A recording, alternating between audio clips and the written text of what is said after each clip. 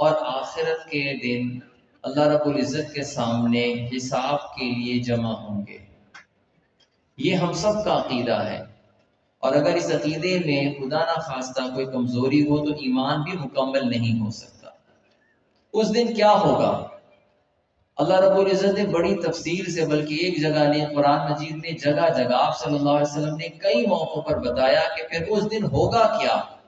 جب سب لوگ دوبارہ زندہ کر دیے جائیں گے اور دوبارہ اکٹھے ہو جائیں گے، اور اس دن پھر حساب کتاب کا عمل شروع ہوگا۔ اور پھر اس دن کیا ہوگا کہ فَمَن يَعْمَلْ مِثْقَالَ ذَرَّةٍ شَرًّا يَرَهُ، جس نے ایک ذرے کے برابر بھی برائی کی ہوگی وہ اس برائی کا اس کو بدلہ دیا جائے گا، اور اگر کسی نے ایک ذرے کے برابر بھی بھلائی اور اچھائی کی ہوگی تو وہ بھی اللہ رب العزت کی نظر سے اوجھل نہیں ہوگی، اس بھلائی کا اور اس نیکی کا بھی اس کو بدلہ دیا جائے گا۔ اور پھر چونکہ اللہ رب العزت تو بہت ہی زیادہ انصاف کرنے والے ہیں، ہمیں حکم دیتے ہیں کہ عدل کرو، انصاف کرو، برابری کرو، ہر ایک کے حق کو پورا پورا ادا کرو، تو اللہ رب العزت تو بالکل عدل اور انصاف کرنے والے ہیں، لہذا کسی کے ساتھ بھی اس دن ظلم نہیں ہوگا، کوئی زیادتی نہیں ہوگی،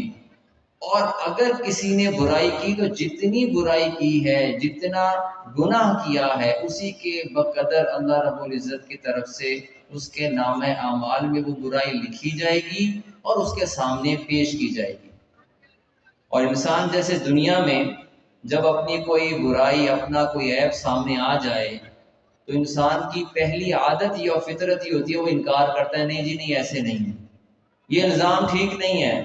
یہ بات ایسے نہیں تھی، یہ ایسے نہیں تھی، اور پھر انسان اپنی طرف سے وضاحتیں اور صفائیاں پیش کرتا ہے۔ تو قیامت کے دن بھی ایسا ہوگا۔ تو اللہ رب العزت ظاہر ہے وہ تو پہلے سے جانتے ہیں کہ اگر ایسا ہوا تو پھر کیا کرنا چاہیے، چنانچہ اللہ رب العزت اس دن صرف نامہ اعمال کو پیش نہیں فرمائیں گے بلکہ ساتھ گواہوں کو بھی نہیں، اور سارے گواہ گواہی دیں گے، انسان کو چپ کرا دیا جائے گا، ہاں بھائی اب بولیے، تو گواہی دے رہے ہیں۔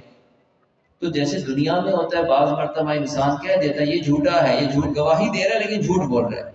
اللہ رب العزت کے پاس اس کا بھی علاج موجود ہوگا۔ اور چنانچہ اللہ نے قرآن میں ہمیں بھی سے بتا بھی دیا کیا ہوگا، کہ اس دن پھر ایک بڑی مہر ہوگی اور وہ مہر لگا دی جائے گی ہر انسان کے منہ پر، اچھا بھائی اب تو چپ کر، اب گواہی باہر سے نہیں، تیرے اپنے بدن سے دیں گے۔ چنانچہ انسان کے بدن کے جو اعضاء ہیں وہ بولنا شروع کر دیں گے،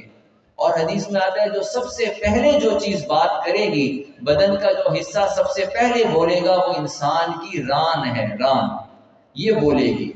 پھر ایک ایک کر کے ایک ایک بدن کا عضو بولے گا اور گواہی دے گا، فلاں وقت تو نے یہ گناہ کیا تھا، فلاں وقت تو نے کسی کے غیبت کی تھی، فلاں وقت کسی کا دل دکھایا تھا، فلاں وقت تو نے کسی سے بد زبانی کی تھی، فلاں کو تو نے مارا تھا، فلاں کا حق دبایا تھا، فلاں کے ساتھ یہ زیادتی کی تھی اور یہ بد نظری کی تھی، یہ تو نے غلط بات سنی تھی، اور وہ بدن کے اعضاء گواہی دیں گے، اور اس وقت یہ انسان لاجواب ہو جائے گا۔ اب یہ ہم سب کا عقیدہ ہے، اور یہ باتیں بالکل آپ صلی اللہ علیہ وسلم نے اپنے فرامین میں واضح طور پر بیان کر دی ہیں، یہ ہم سب کا عقیدہ ہے۔ لیکن اب سوچنے کی ضرورت یہ ہے کہ جب یہ بات ہمیں پتہ بھی ہے، ہمارے عقیدے کا حصہ بھی ہے، ہم دل سے اس پر ایمان بھی لاتے ہیں، تو کیا اس عقیدے کی وجہ سے ہمارے عمل میں کوئی فرق پڑا یا نہیں پڑا؟ یہ سوچنے کی بات ہے کہ ایمان تو ہے، مانتے تو ہیں، لیکن وہ ماننا کیا اتنا مضبوط ہے کہ ہمیں جتنا یقین ہے اس بات پر کہ اگر بجلی کی تار کو ہاتھ لگا دیا تو کرنٹ لگتا ہے، یہ بھی ہم سب کو پتا ہے، لیکن اس کا ایمان اور اس یقین کا اثر ہمارے اوپر کتنا زیادہ ہے کہ کبھی سوئچ پیچھے سے بند بھی ہو ہم ہاتھ نہیں لگاتے ننگی تار کو۔ تو اگر یہ بھی ہمیں یقین ہے کہ گواہی بھی ہوگی اور کوئی عمل اللہ رب العزت سے ہم چھپا بھی نہیں سکیں گے، تو پھر کیسے خلوت میں، کیسے چھپ کر، یا کیسے کسی کے سامنے ہم گناہ کر لیتے ہیں یہ سوچتے ہوئے کہ دیکھی جائے گی، کیسے دیکھی جائے گی؟ اللہ رب العزت کے ہاں تو ہر چیز محفوظ ہو رہی ہے، وہ تو ریکارڈ ہو جائے گی، اس کے تو گواہ بھی قائم ہو جائیں گے۔ اس لیے ہم سب کو سوچنا چاہیے اور اس دن اللہ رب العزت کے سامنے کھڑے ہونے کے منظر کو بار بار سوچنا چاہیے اور اس کا خوف ہمارے دل میں ہونا چاہیے۔ ہمیں ڈرتے رہنا چاہیے کہ اس دن کیا جواب دیں گے، اور یقین کر لینا چاہیے اگر یہ خوف ہمارے دل میں آ گیا اور اس خوف کی وجہ سے ہم نے گناہوں کو چھوڑنا شروع کر دیا تو پھر سورہ رحمان کی وہ بشارت بھی ہمارے لیے ہے، وَلِمَنْ خَافَ مَقَامَ رَبِّهِ جَنَّتَانِ، وہ آدمی جو اللہ رب العزت کے سامنے کھڑے ہونے کے منظر کو سوچ کر اور اللہ کے سامنے جواب دہی سے ڈر گیا، اس کے لیے 2 جنتیں ہیں، ایک نہیں 2 جنتیں ان لوگوں کے لیے ہیں جو دنیا میں ہی اپنا حساب کتاب کے منظر کا تصور شروع کر دیتے ہیں اور اس کے مطابق اپنا عمل کرنا شروع کرتے ہیں۔ اور پھر دوسرے وہ لوگ ہوں گے جن کو کچھ نیکیوں کا حساب دینا ہوگا۔ تو اللہ رب العزت نے گناہوں کے معاملے میں تو کسی کے بھی گناہوں کو بڑھائیں گے نہیں، جتنا ہوگا نام اعمال میں اتنا ہی پیش کیا جائے گا، لیکن نیکیوں کے معاملے میں چونکہ اللہ رب العزت تو بہت زیادہ فضل فرمانے والے ہیں، بہت زیادہ احسان فرمانے والے ہیں، چنانچہ اللہ رب العزت نیکیوں کا جب بدلہ دینے کی باری آئے گی تو پھر اللہ رب العزت نیکیوں کو بڑھانا شروع کر دیں گے۔ کتنا بڑھائیں گے؟ آپ صلی اللہ علیہ وسلم نے ہمیں بتایا کہ جیسے تم اپنے گھوڑے کو پالتے ہو اور گھوڑے کا چھوٹا سا بچہ ہوتا ہے، اسے عمدہ خوراک کھلا پلا کر اور اسے خوب تگڑا موٹا تازہ صحت مند کر دیتے ہو، تو اللہ رب العزت بھی ایمان والوں کی نیکیوں کو اسی طرح بڑھاتے ہیں، اسی طرح ایمان والوں کی نیکیوں کو اللہ رب العزت بڑھاتے ہیں، اور وہ نیکیاں بڑھ چڑھ کر اور وہ اتنی زیادہ ہو چکی ہوں گی کہ یہ نیکی کرنے والا یہ قیامت کے دن بعض مرتبہ حیرت میں آ جائے گا کہ یہ اتنے بڑے بڑے عمل تو میں نے کبھی نہیں کیے۔ اسے بتایا جائے گا یہ وہی نیکیاں ہیں جو تم نے دنیا میں کی تھی، اللہ رب العزت نے ان کو اتنا بڑھایا کہ یہ بڑھ چڑھ کر اب یہ تمہارے نام اعمال میں بہت بڑے بڑے اعمال کی صورت اختیار کر گئی۔ اس لیے یہ آخرت کے دن کے اوپر حساب کے اوپر ہمارا یقین بڑا مضبوط ہونا چاہیے اور بار بار ہمارے ذہن میں رہنا چاہیے۔ یہ جو ہم بات کر رہے ہیں یہ بات ایسے ہوا میں گم نہیں ہو جائے گی، یہ بات محفوظ ہو رہی ہے۔ جو ہم دیکھ رہے ہیں دیکھنے کا عمل ایسے ضائع نہیں ہو جائے گا، یہ محفوظ ہو رہا ہے۔ کہاں کہاں دیکھا تھا، کہاں کہاں دیکھنے کی اجازت تھی، کہاں کہاں دیکھنے سے منع کیا گیا تھا، وہاں دیکھ رہے تھے۔ کیا کیا سننے کی اجازت تھی، جو سنا جا رہا تھا، کہاں کہاں سننے کی اجازت نہیں تھی اور سنتا جا رہا تھا۔ اس ایک ایک چیز کی حساب کتاب ہوگا، اور اس دن بعض ایسے اعمال بھی ہوں گے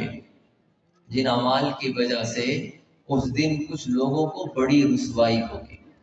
بڑی شرمندگی ہوگی، لیکن یہ شرمندگی اس دن کی شرمندگی اس انسان کو قیامت کے دن کوئی فائدہ نہیں دے گی۔ آج ہمیں سوچنا چاہیے، آج فکر کر لینی چاہیے کہ کہیں اس دن کی شرمندگی نہ ہو، اس دن کی رسوائی نہ ہو۔ دیکھیں اتنے سارے لوگ بیٹھے ہیں، اگر آج ان سب لوگوں کے سامنے کسی کے گناہ کو واضح کر دیا جائے، کسی کے عیب کو واضح کر دیا جائے اور سب کے سامنے کھول کر بیان کیا جائے یہ بہت بڑا مجرم ہے، تو کتنی شرمندگی ہوگی جب ساری دنیا کے سارے انسان موجود ہوں اور کسی آدمی کو ذلیل و رسوا کر دیا جائے گا تو کتنی ذلت ہوگی۔ آپ صلی اللہ علیہ وسلم نے وہ گناہ بھی ہمیں بتائے۔ بطور خاص ایک گناہ کا ذکر کرتا ہوں، پھر جیسے حضرات تشریف لا رہے ہیں آپ حضرات نے ان کے بیانات بھی سنے ہیں۔ آپ صلی اللہ علیہ وسلم نے ایک موقع پر فرمایا کہ وہ آدمی جو دنیا میں کسی کی ایک بالشت زمین دبا لے، ایک بالشت، حالانکہ اتنی تھوڑی سی زمین تو کوئی بھی کسی کی نہیں دباتا نا، یہاں تو ایکڑ کے ایکڑ اور مرلے اور کنال یہ لوگوں کی زمینیں دبا لی جاتی ہیں، رشتہ داروں کی بھی، اجنبیوں کی بھی، اپنوں کی بھی، پرائیوں کی بھی، بہنوں کی بھی، پھوپھیوں کی بھی زمینیں دبا لیتے ہیں اور نہیں دیتے، سمجھتے ہیں کہ لو جی کامیاب ہو گئے، اس کا کون پوچھنے والا ہے، ہم تو طاقت والے ہیں، ہم تو بہت تگڑے ہیں، ہمارا حساب کتاب کون لے گا، ہم سے کون واپس لے سکے گا۔ آپ صلی اللہ علیہ وسلم نے فرمایا جس نے دنیا میں کسی کی ایک بالشت زمین، ایک گٹھ زمین کسی کی دبا لی، قیامت کے دن اللہ رب العزت ساتوں زمینوں کو توق بنا کر اس کے گلے میں ڈال دیں گے۔ ساری دنیا کے لوگ دیکھ رہے ہوں گے، اور یہ گویا کہ پیغام ہوگا کہ بھئی تمہیں زمین کا بڑا شوق تھا نا، تمہیں زمین مٹی اکٹھی کرنے کا بہت شوق تھا، لو ساتوں زمین کی مٹی تمہارے نام ہو گئی، لے لو، کوئی فائدہ اٹھا سکتے ہو؟ اور وہ آدمی جس نے یہ کام کیا ہوگا، وہ اس ذلت کے ساتھ، جس ذلت میں اس کے گلے میں یہ پھندا ڈلا ہوگا، یہ توق ڈلا ہوگا، اور سارے لوگ دیکھ رہے ہوں گے، اور سب کے سامنے یہ رسوائی ہو رہی ہوگی، اور وہ اس وقت کی ندامت سے اپنے آپ کو نہیں بچا سکے گا۔ ہم سب کو سوچنا چاہیے ہم آخرت پر ایمان رکھنے والے ہیں، بلکہ آخرت پہ ہمارا کتنا ایمان ہے، اور یہ ایمان اللہ رب العزت ہمیں کتنا